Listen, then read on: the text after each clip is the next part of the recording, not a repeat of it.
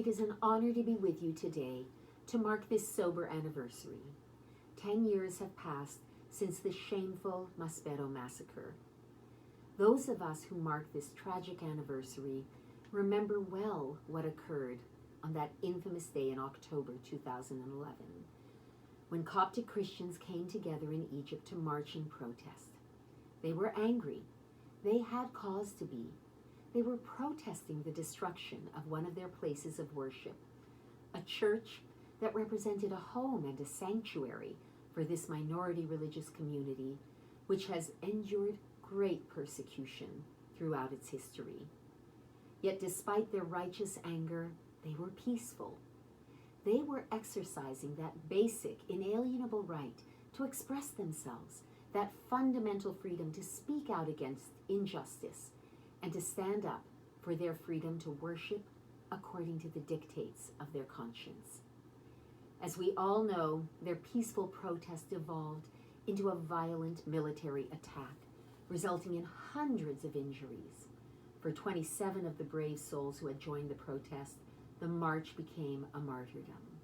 The Maspero massacre is a truly appalling example of persecution and violence on the basis of religious belief. The story of this massacre feels as though it should belong to a far-off, long-ago place in time, not the past decade, here in the enlightened 21st century. Tragically, this kind of needless, excessive, and unthinkable violence directed at religious minorities is neither uncommon nor is it universally condemned in our day and age. There are far too many places throughout the world where hate and bigotry, particularly directed at religious minorities, has taken hold and often been allowed to flourish.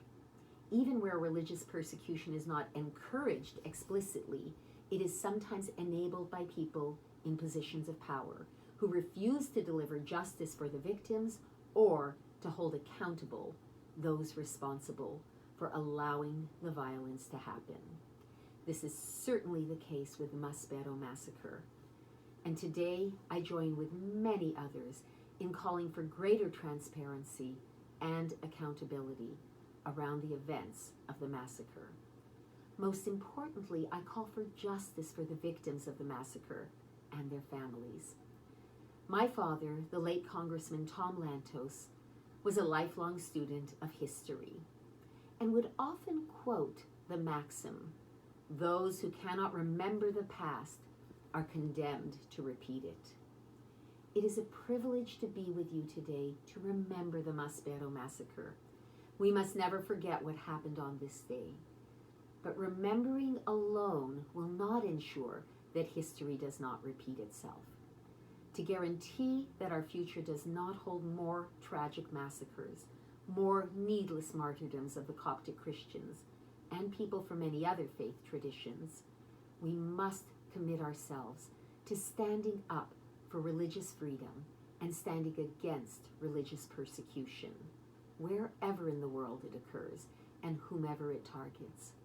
We must, in one sense, be much like Alexander Dumas' famed musketeers, one for all and all for one.